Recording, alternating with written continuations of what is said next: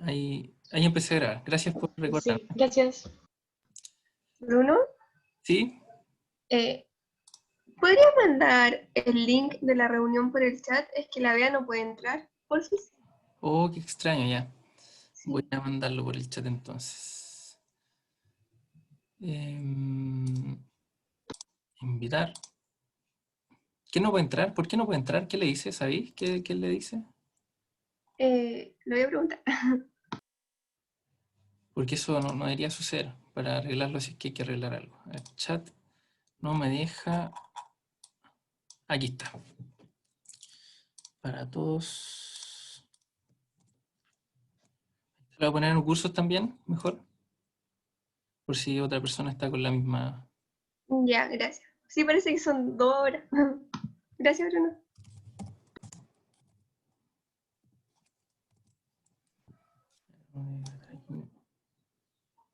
Filo.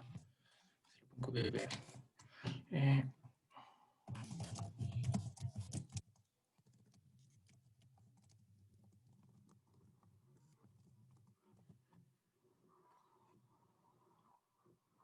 ya, excelente. Ahora sí deberían estar todos con capacidad de entrar. Pues, Gracias, ¿tú me hablaste o no? Sí. Me fui. Ahí se lo mandé.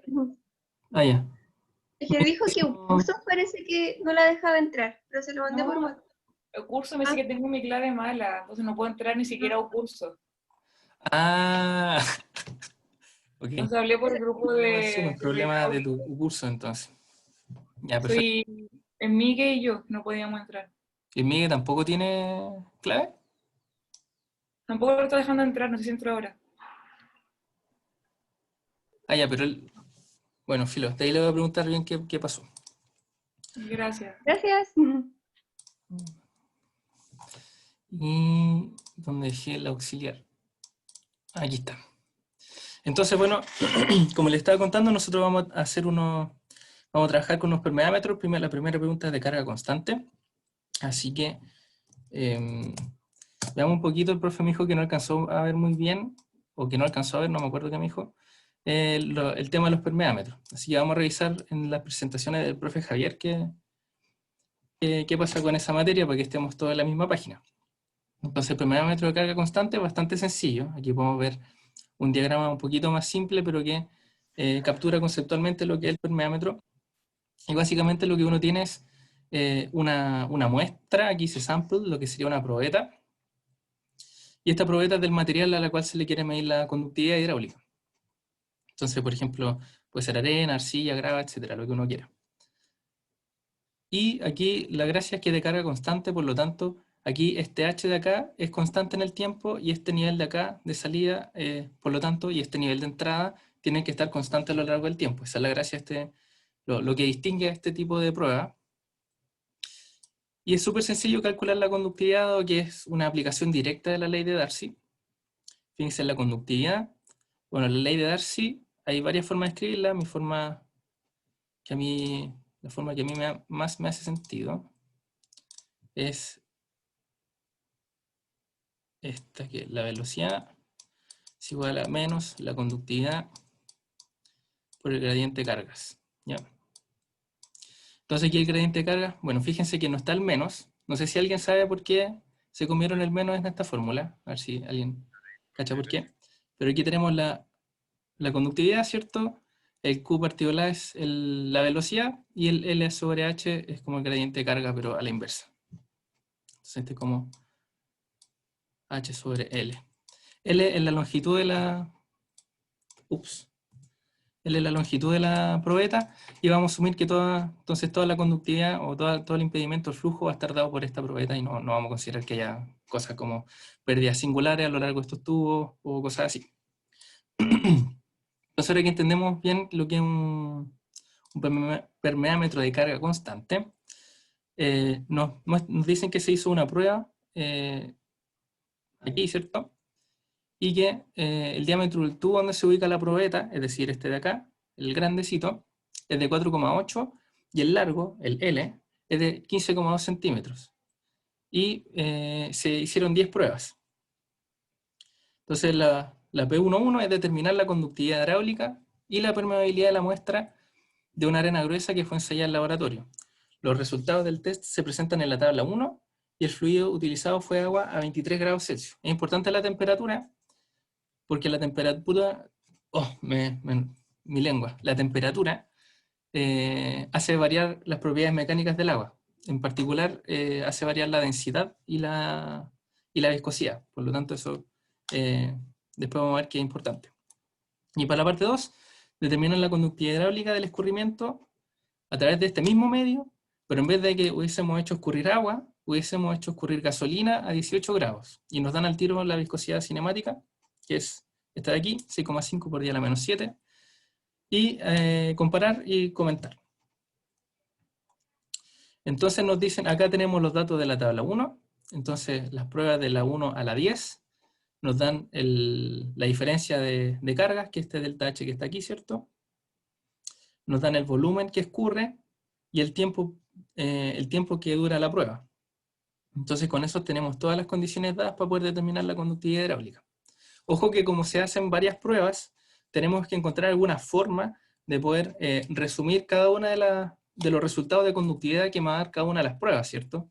Naturalmente, como es el mismo material, deberían darnos conductividades parecidas, pero no necesariamente idénticas por las distintas aproximaciones que se hacen, porque hay pérdidas singulares, porque quizás se generaron, por ejemplo, caminos preferenciales en algún momento de la muestra, etc. Entonces lo que primero vamos a hacer es considerar la ley de Darcy, como les mostré aquí. Vamos a usar la ley de Darcy para estimar la conductividad. Y para ello, entonces, los datos que nos dan aquí en la tabla, tenemos que trabajarlos para obtener los datos que nos pueden servir para construir la ley de Darcy en su forma más bonita. Entonces, en primer lugar, vamos a calcular el caudal. Eso es súper sencillo. El caudal va a ser el volumen de agua con el tiempo, considerando el tiempo que sucedió, ¿cierto? Sacamos el cociente entre estas dos cantidades y vamos a obtener el caudal. También podemos calcular la velocidad a la cual escurre el flujo. La velocidad es súper fácil también porque va a ser el caudal sobre el área. Recuerden que nos decían que teníamos el dato de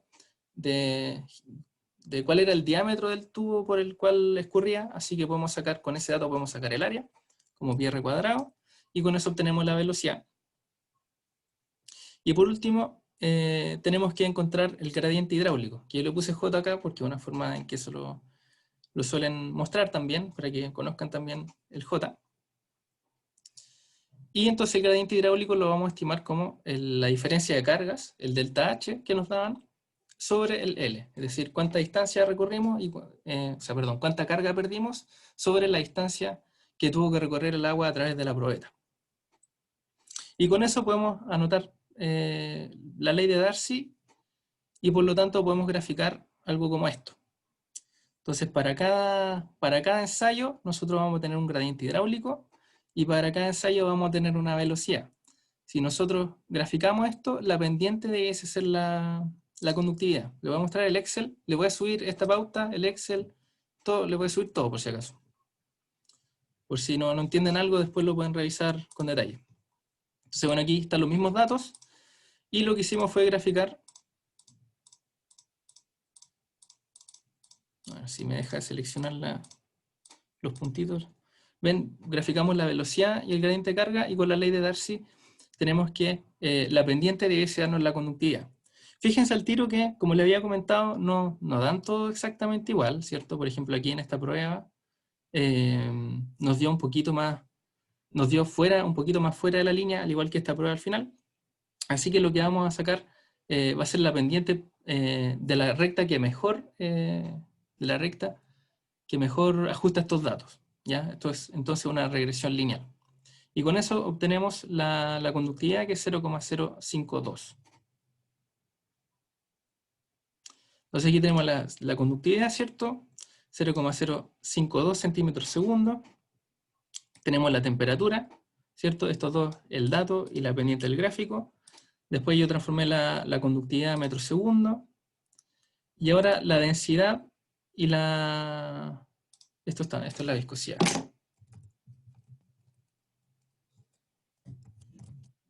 Perdón. Ya, entonces con los datos de densidad y viscosidad, eso tenemos que buscarlo en la tabla que está al final del enunciado. Por supuesto que no varía el enunciado, así que Lo tengo acá. La tablita de acá abajito podemos consultar.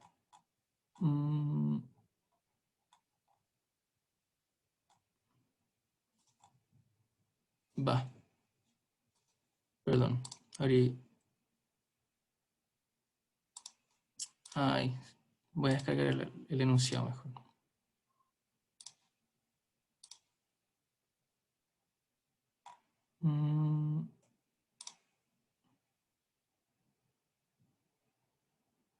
Espero que esté bien el enunciado y tenga las tablas, porque estoy seguro que las puse. Parece que guardé mal el archivo y lo sobreescribí.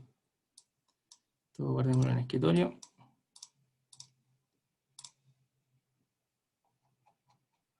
Y aquí está, muy bien. Entonces, podemos ver que tenemos la densidad en función de la temperatura. Y entonces, como nos da la temperatura, nosotros podemos consultar este gráfico. Y estoy seguro que ustedes lo saben hacer, así que les muestro que aquí está y aquí está la viscosidad dinámica. Y con los datos consultados en esta tabla, entonces podemos rellenar los datos de densidad y viscosidad dinámica para el agua a la temperatura a la que estamos trabajando. Por último, tenemos que ocupar, una vez que conocemos la densidad, la conductividad hidráulica, la aceleración de gravedad y la viscosidad dinámica, nosotros podemos ocupar la relación de Newton. ¿Ya? La relación de Newton es esta que tengo aquí, que es la conductividad hidráulica, va a ser igual a la permeabilidad por la densidad por la gravedad sobre la viscosidad dinámica. Esto de aquí es una K, es como un kappa, como así. Lamentablemente ocupan kappa para la permeabilidad y K para la conductividad, pero son distintos, ¿cierto? Así que nosotros nos pedían en la P1 la permeabilidad, así que nosotros, como conocemos la conductividad, conocemos la viscosidad, conocemos la densidad, conocemos la gravedad, podemos fácilmente despejar, ¿cierto? Y eso es lo que tenemos acá. Entonces tomamos todos esos datos, los metemos en la juguera y obtenemos una permeabilidad con la relación de Newton. ¿Alguien se perdió con lo de Newton o con algo que hayamos visto, alguna de las cosas que dije antes? ¿O de cómo se forma este gráfico, qué sé yo?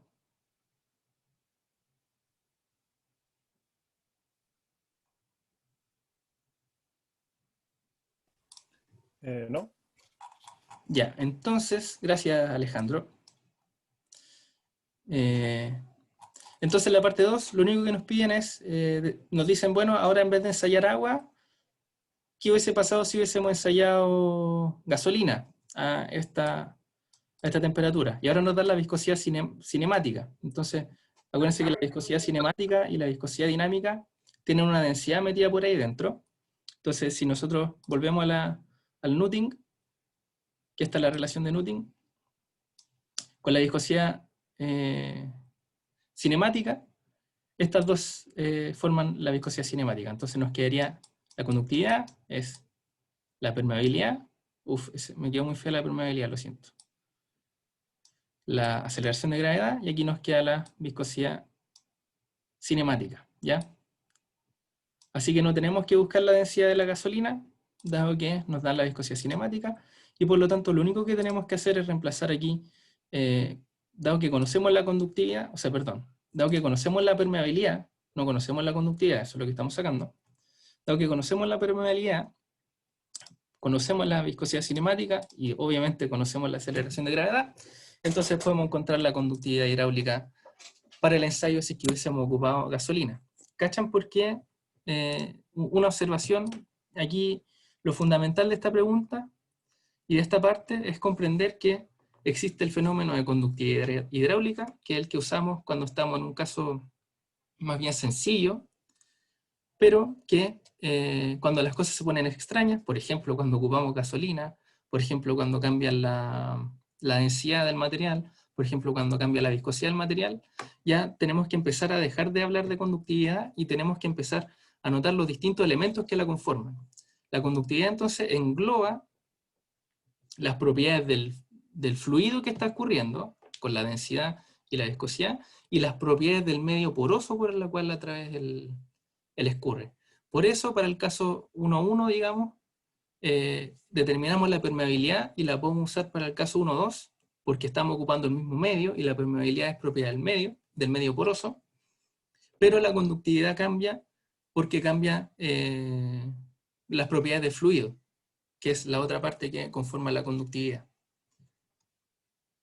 Eso deberían tenerlo clarísimo, clarísimo, clarísimo. Así que si alguien se perdió, por favor, que pregunte. Bruno, dijiste que la permeabilidad depende del medio y la conductividad del fluido. La conductividad depende de las dos cosas. Ah, ya. La conductividad engloba al medio y al fluido. Y la permeabilidad es la parte del medio poroso. Gracias. De nada.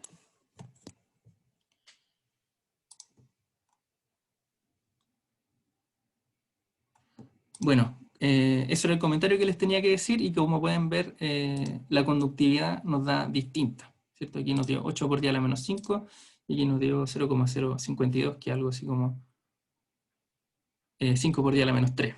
Así que, a ver, científico. 5 por 10 a la menos 3. Entonces, como cambió el fluido, cambió la conductividad.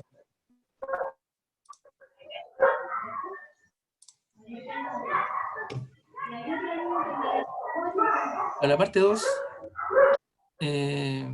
tenemos que... Perdón, aquí está la parte 2. Para la parte 2 tenemos algo súper parecido, pero ahora en vez de tener un permeámetro de carga constante, vamos a ocupar un permeámetro de carga variable. Así que veamos a qué me refiero con esto. Se le quedó abierto el micrófono, por favor, si lo puede hacer. Gracias. Entonces, el permeámetro de carga variable es muy parecido al de carga constante. Lo único que varía es que el nivel de acá va a ir descendiendo con el tiempo. Entonces, yo parto con cierta carga hidráulica, está dada aquí, ¿cierto?, por este H, pero este H no voy a tener la cantidad de caudal necesario para restituir todo lo que baja este nivel, y por lo tanto, a medida que pasa el tiempo, esta carga aquí va a ir de a poquito descendiendo. Entonces, lo que vamos a medir en este ensayo no va a ser solo el caudal y el área y todo lo que medimos en el ensayo anterior, sino que ahora también vamos a medir cuánto fue el descenso del nivel, el descenso de la carga y el tiempo que tomó esa carga en descender.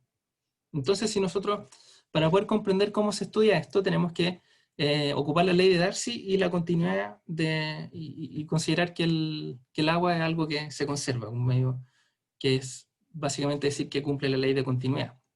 Entonces la ley de continuidad nos va a decir que el caudal que entra por aquí va a ser el caudal que sale por acá. Entonces el caudal que sale por acá, por aquí por la muestra, va a ser la conductividad, esta es la ecuación de Darcy, ¿cierto? La conductividad por el área y el gradiente de carga hasta aquí. Y va a ser lo mismo que el caudal que entró por aquí, que va a ser la variación del nivel aquí, la variación del nivel ahí. La variación del nivel de la probeta por la que ingresa el fluido, ¿cierto?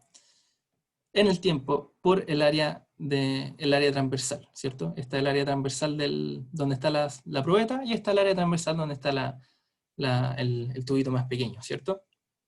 Entonces, como queremos conocer la conductividad, podemos igualar estos dos términos y despejar acá.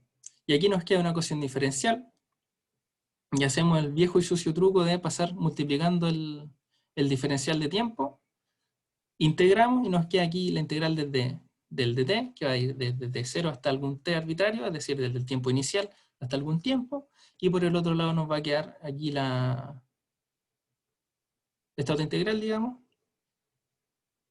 Y bueno, si la desarrollan, le va a salir un logaritmo, porque aquí hay un h dividiendo, y con eso obtenemos esta relación de acá, que es la que vamos a ocupar para conocer la conductividad. Entonces noten que aquí nos sale un logaritmo. Entonces ahora, para poder obtener una recta, recuérdense que antes graficábamos una recta, aquí para obtener una recta vamos a tener que ocupar un gráfico semilogarítmico, donde vamos a tener que graficar, por ejemplo, el logaritmo de h sobre h, de h de t sobre h sobre t0, para poder obtener por el tiempo. Lo que voy a hacer yo para graficar va a ser pasar este tiempo multiplicando para el lado.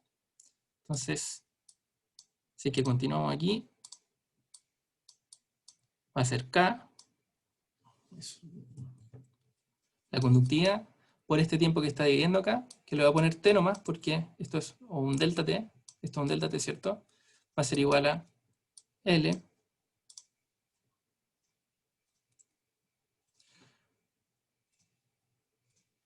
por el cociente entre las áreas. Como tenemos dos cilindros, el cociente entre las áreas va a ser pi r cuadrado y los pi se van a cancelar, así que va a ser el r pequeñito.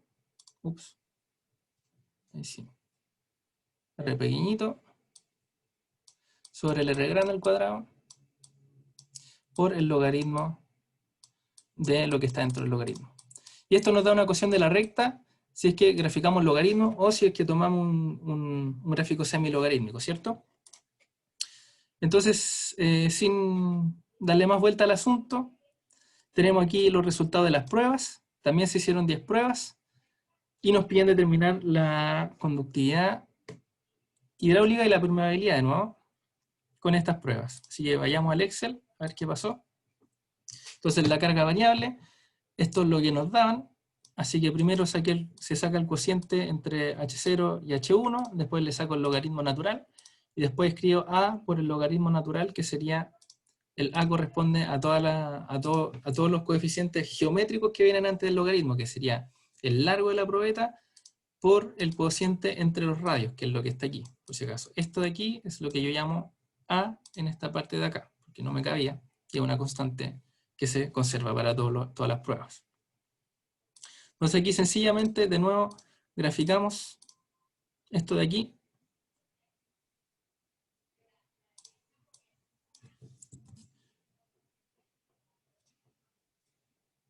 Y si se fijan, nosotros tenemos aquí K por T igual a todo este término, A por logaritmo natural de no sé qué. Entonces eso nos queda la recta.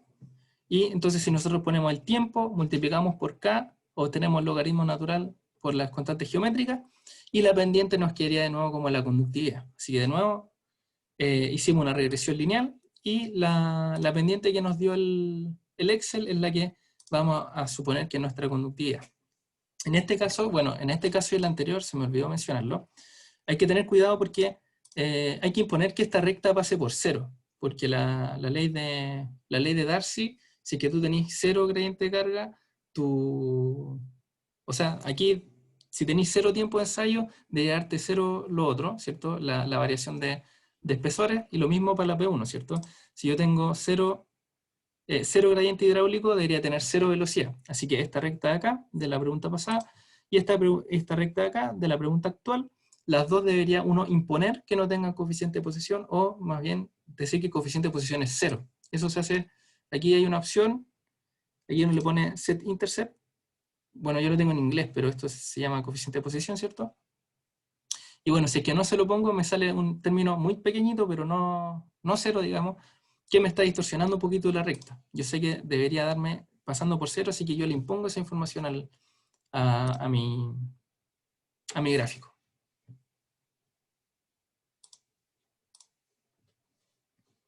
Así que esa es la P1 y la P2. Salió más cortito de lo que pensé, que bueno. ¿Alguna duda antes del recreito?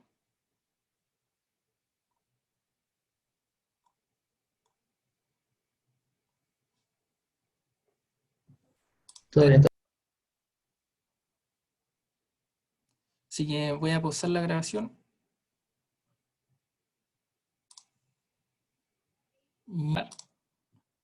Ya, bienvenidos. Tengo que compartir pantalla, ¿verdad?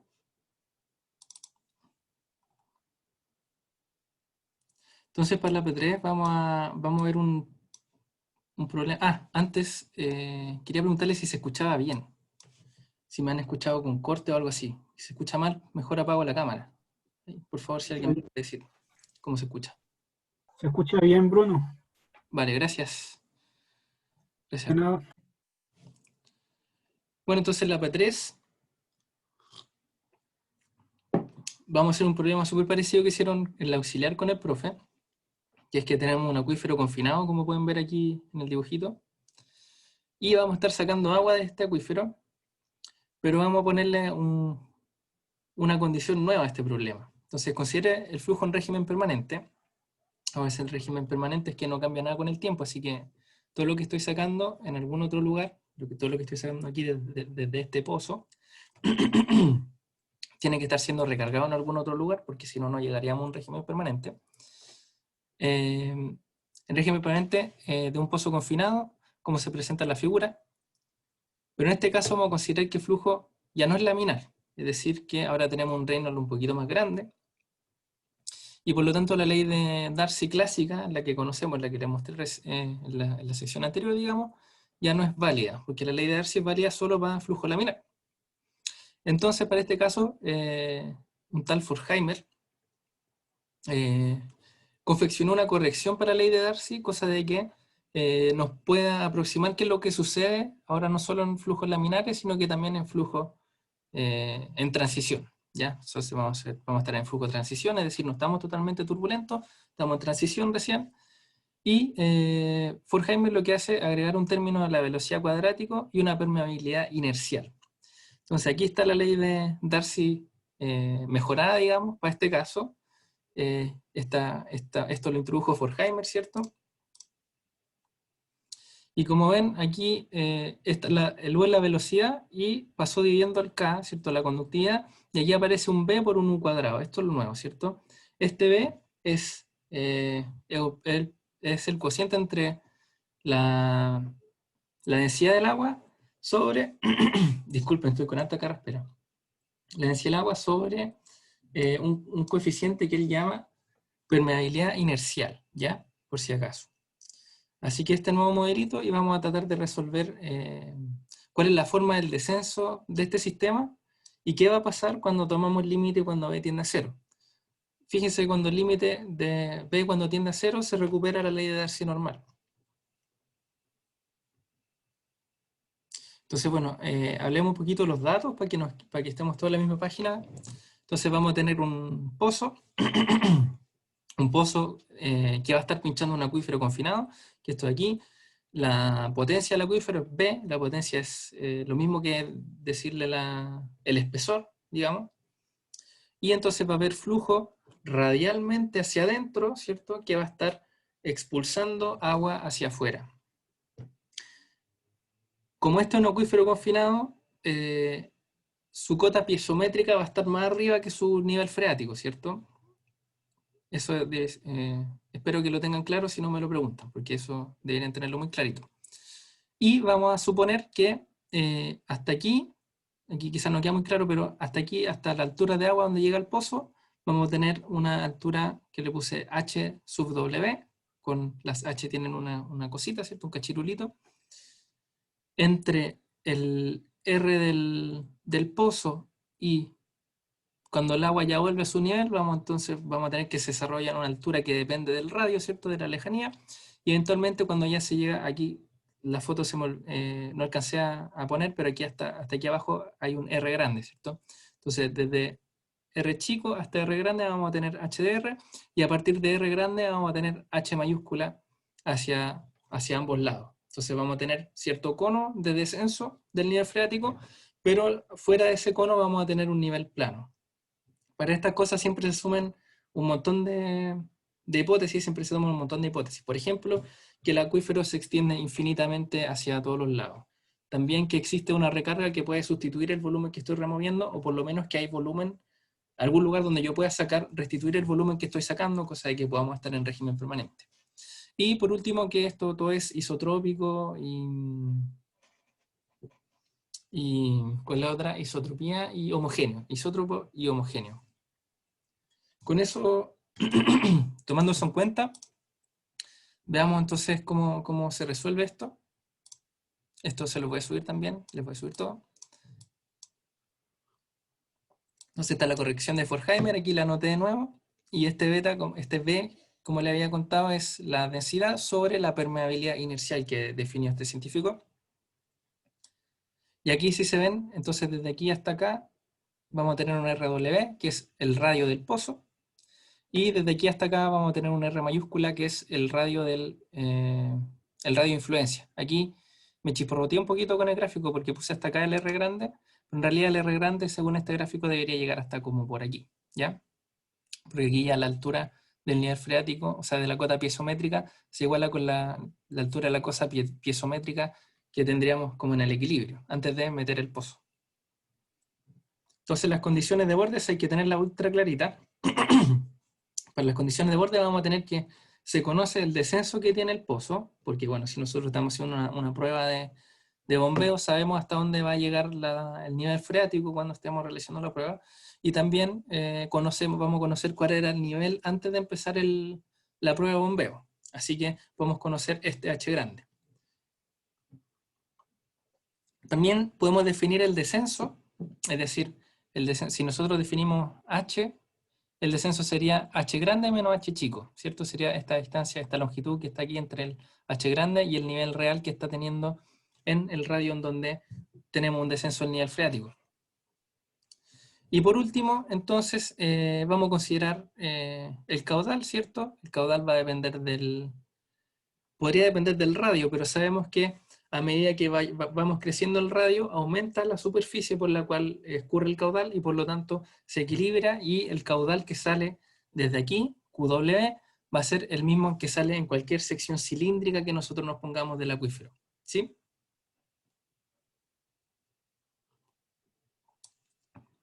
Entonces, el caudal podemos anotarlo como el área por la velocidad, que esta velocidad, recuerden, siempre vamos a estar trabajando con las pruebas de bombeo con simetría cilíndrica, y por lo tanto esto va a ser constante igual a QW por continuidad, ¿cierto? Todo lo que saco por un lado tiene que salir por el otro, así que el QDR va a ser igual al Q sub W.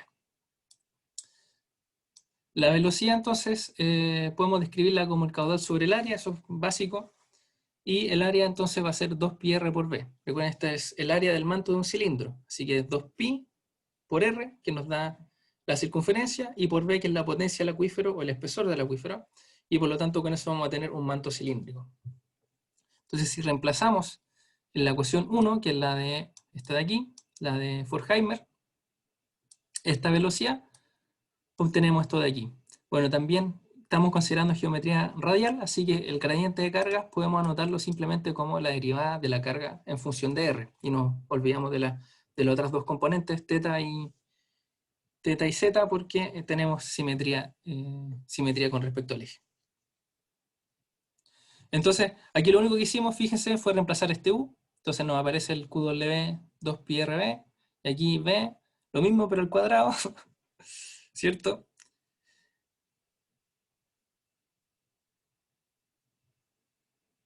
Y bueno, ahí estamos listos casi. Pasamos multiplicando, hacemos el viejo y sucio truco de pasar multiplicando el diferencial.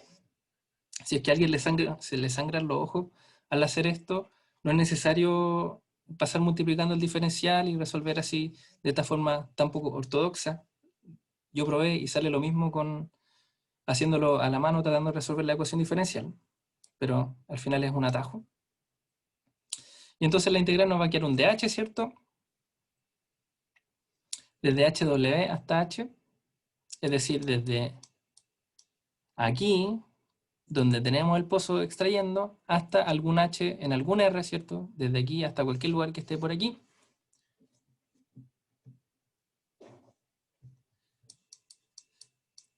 Y entonces nosotros aquí que tenemos el dr, vamos obviamente a tomar desde el radio del pozo hidráulico, ¿cierto? Hasta algún radio arbitrario.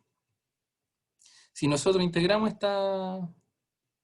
este objeto de aquí, vamos a tener como el dh, nos va a salir el hr menos hw, ese es súper sencillo, y aquí nos va a salir, tenemos un 1 sobre r, así que nos aparece un logaritmo natural, podemos despejar la conductividad, el caudal, el 2πb, lo podemos sacar para afuera y nos va a quedar el logaritmo natural de r menos el logaritmo natural de r sub w, y ocupando la propiedad del logaritmo se pueden compactar en el cociente de esas dos cantidades, el logaritmo del cociente. Lo mismo pasa aquí con el otro término, que es el que agregamos, el término que inyecta, digamos, Forchheimer al modelo de Darcy para los flujos en transición. Y si desarrollamos nos va a dar este resultado de aquí, ¿cierto? Entonces tenemos 1 sobre r cuadrado, y por lo tanto se transforma en 1 sobre r.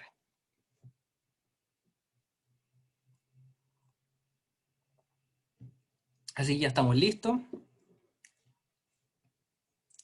Y nos queda solo, bueno, entonces encontramos cómo es la forma del descenso. Fíjense, tenemos h que en función de r, tenemos el hw que es dato, el caudal, la permeabilidad, la potencia, no la permeabilidad, perdón, la conductividad, el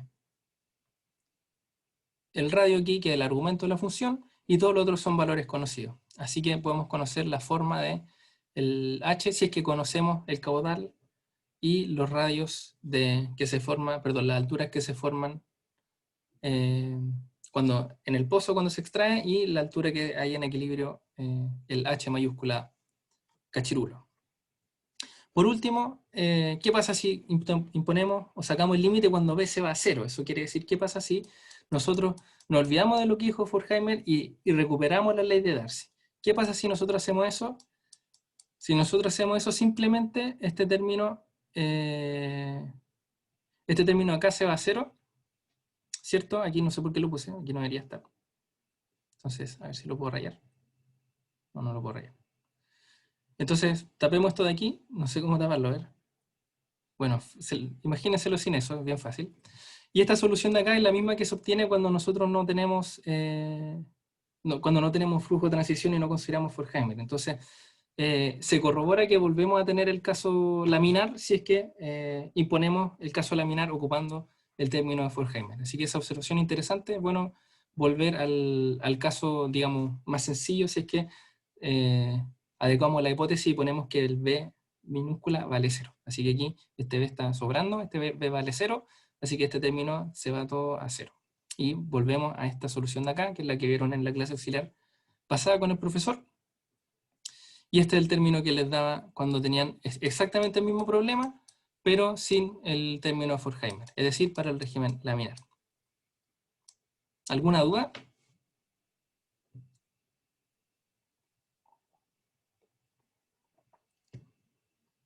¿Dudas, consultas, preguntas? Ese término se supone que es como una corrección, ¿cierto? O sea, es como una constante que Exactamente, una corrección. anda por ahí. Ya. Alguien dijo, ¿sabéis qué?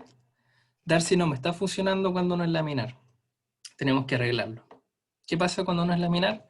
Estamos en flujo de transición, ¿cierto? Sube el Reynolds, la línea de flujo empiezan a chocar entre sí, dejan de ser las cosas bonitas, las velocidades por lo general aumentan, y ahí se les caía la ley de Darcy. Y ahí Forkheimer propuso esto.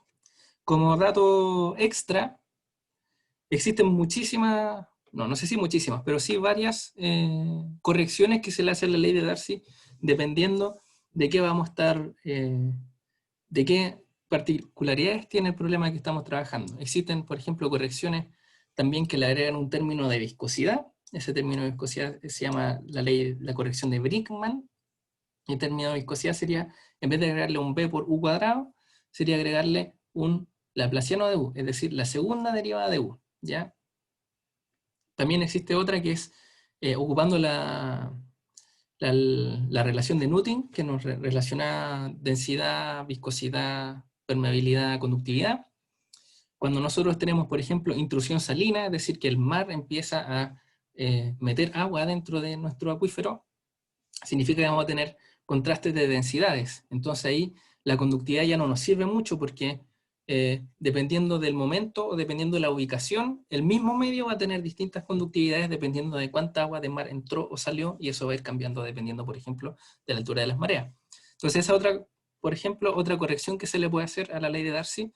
Entonces, dependiendo de qué hipótesis ocupemos, vamos a encontrar una gama de distintas posibilidades. Quizás no veamos más que esta en el curso, pero si es que no es así, definitivamente en el próximo curso, que es análisis de sistema de transporte, análisis de fenómenos de transporte de sistemas acuáticos o algo así, vamos a ver si qué pasa cuando se mezcla agua con sal, con agua dulce, y ahí se forman un montón de procesos que son súper, súper interesantes. Así que sobre la P3.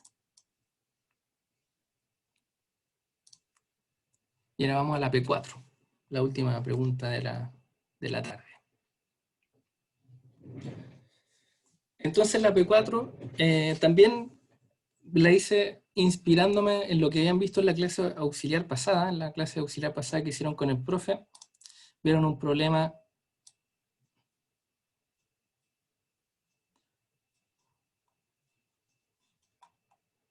ahora sí, vieron un problema de este estilo, que tenían, por ejemplo, un acuífero que era así. Entonces tenían flujo. ¿Dónde está el azul?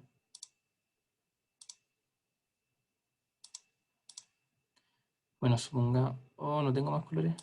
Bueno, en fin. Supongamos que este nivel freático, entonces teníamos un acuífero que tenía un K1 y un K2. Y nos daban, las condiciones que les dan son aquí la altura entrante y la altura que sale. Y por supuesto, las conductividades también son conocidas. Eso es lo que hicieron, se supone, la semana pasada. Entonces, yo dije, bueno, ¿qué pasa si en vez de tener dos bloques así, con distintas conductividades, así como bien divididos, qué pasa si nosotros en un sistema tenemos una conductividad que va variando en forma paulatina? ¿Podremos recuperar podemos recuperar la misma ecuación, el mismo resultado, o será distinto? Eso es lo que motiva esta pregunta un poco. Y ahora alguien también puede decir, a raíz de eso, bueno, ¿en qué caso podríamos tener una conductividad que va variando? Por ejemplo, supongamos que en x igual 0, por aquí cerca del origen, vamos a tener una conductividad que le voy a poner A, y acá cerca del final del acuífero le vamos a poner B. Por lo general, esto se puede ver cuando nosotros tenemos un A que es más conductivo que el B. Y eso, por ejemplo, puede suceder a lo largo del país. ¿Qué sé yo? Por ejemplo, si acá tenemos la recarga, nosotros en la zona de recarga, por ejemplo, más aún si estamos cerca de un río, vamos a tener cerca de la recarga, vamos a tener clastos súper grandes, bolones. Imagínense, por ejemplo, el cajón del Maipo.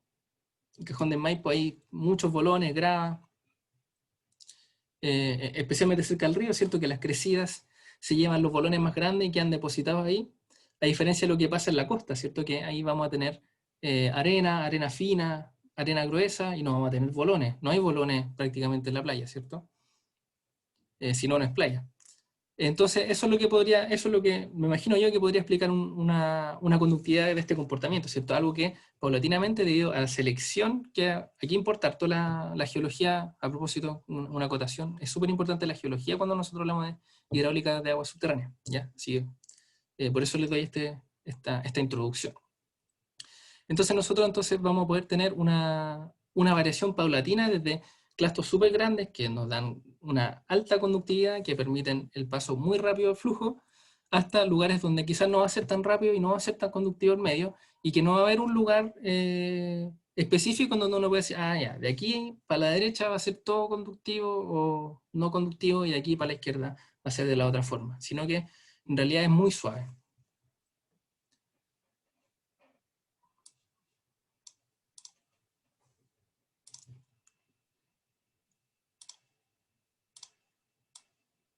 Entonces, dicho todo eso, si consideramos que en K igual 0 la conductividad en X igual 0, X el eje horizontal, va a valer A. Y en X igual L, ¿cierto? Aquí hasta el final del acuífero va a valer B. Y vamos a tener, ¿cierto?, que va a ir variando en forma paulatina. Entonces nosotros podemos describir, por ejemplo, como una ecuación de la recta. Entonces cuando X vale 0, recuperamos que K vale A, y cuando X vale L, recuperamos que la conductividad vale B. No sé si pueden verlo eso con esta ecuación de la recta, espero que sí. Así que nosotros vamos a tener un descenso paulatino de la conductividad, ¿cierto? Un descenso lineal con respecto al eje horizontal. Las condiciones de borde aquí son sencillas. El acuífero está definido entre 0 y L, y conocemos las alturas del inicio y el final del acuífero, o el inicio y el final del escurrimiento. Entonces nosotros podemos anotar aquí el Q de X, ¿cierto? El caudal va a ser, si volvemos a la ley de Darcy,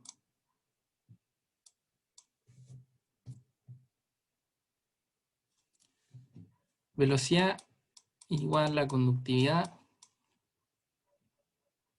por el gradiente carga. Si nosotros caudal es velocidad por área, ¿cierto? Entonces si nosotros multiplicamos por el área, nos va a quedar el caudal es igual al área por la conductividad por el gradiente carga. Lo siento, mi letra tan horrible. Pero aquí, si se fijan, observación número 1, tenemos un flujo bidimensional. Así que el área no va a ser una superficie, sino que en este caso el área va a ser una curva, va a ser unidimensional. Entonces, ¿cuál es el área a la cual escurre este fluido, que va de izquierda a derecha? Va a ser la altura.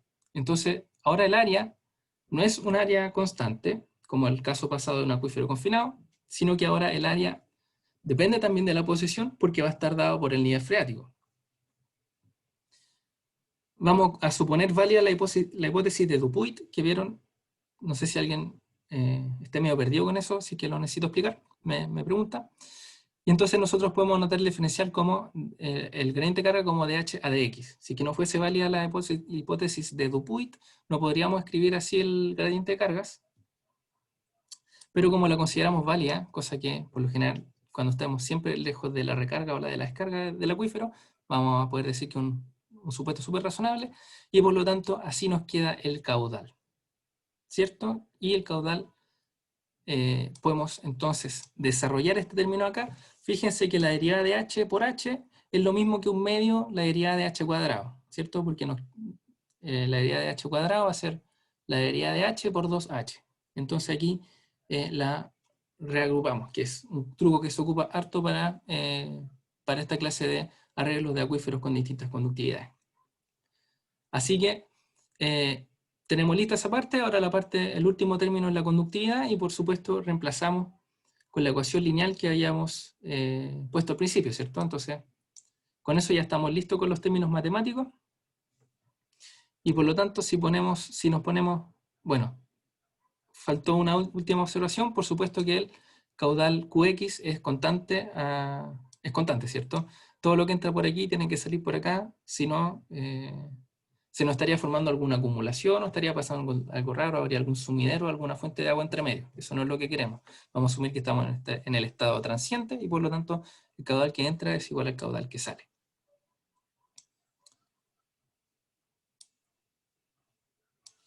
Entonces nosotros podemos masajear un poquito estos términos, dejar el de h cuadrado de x solito, ¿cierto? Y pasar multiplicando el 2 y el a sobre a más b menos a por x sobre l.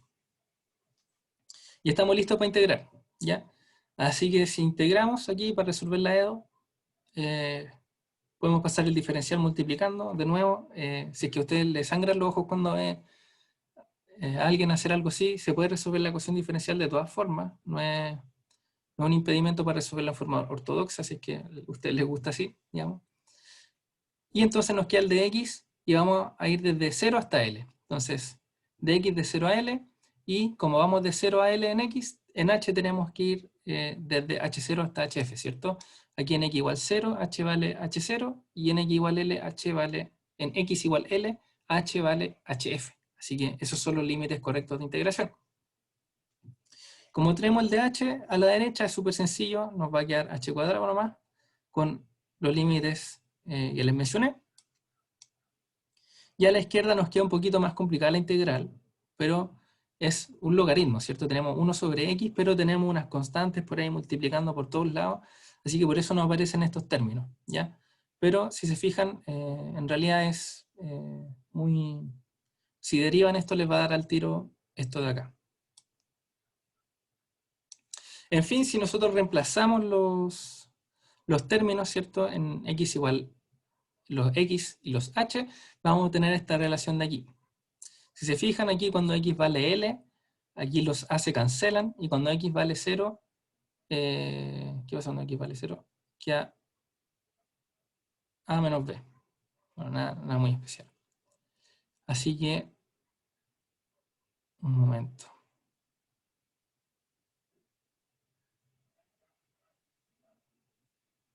¿Está bien esto?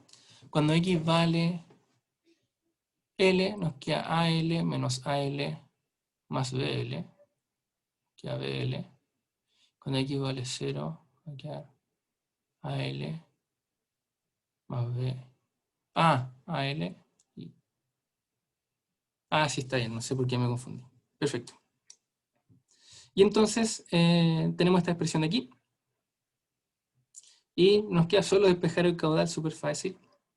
Y obtenemos este resultado aquí.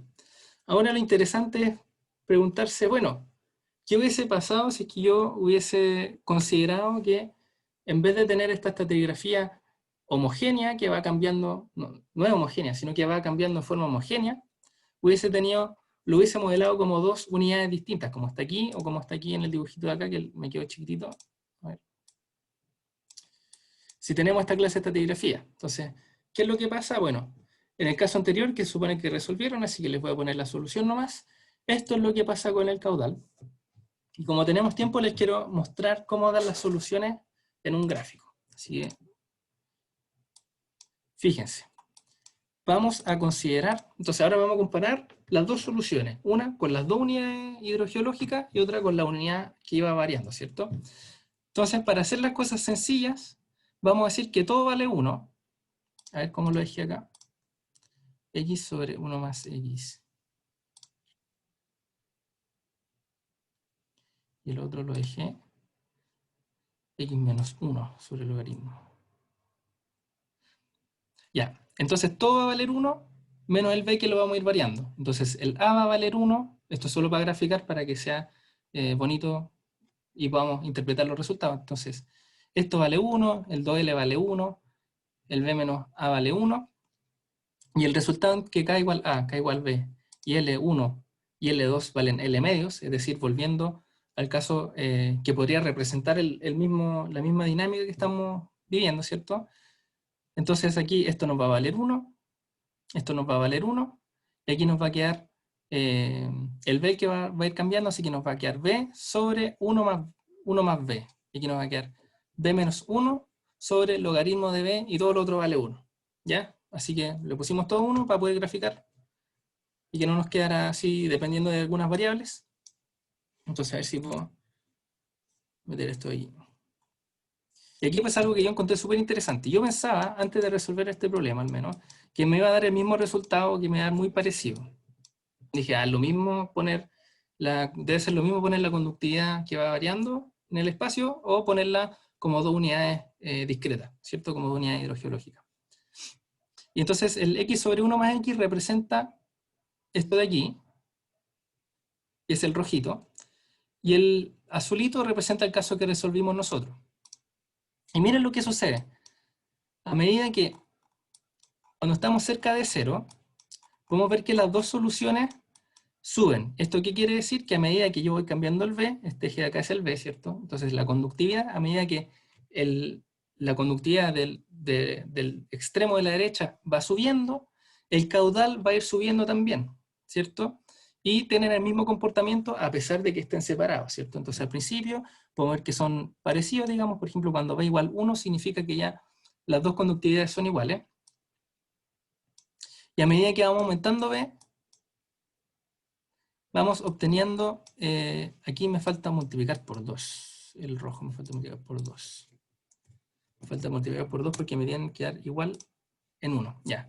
Cuando los dos, cuando A y B son iguales, deberíamos obtener el mismo caudal, ¿cierto? Porque es lo mismo tener dos unidades que tengan la misma conductividad que tener una conductividad, una unidad larga que no varía su conductividad, ¿cierto? Son el mismo fenómeno.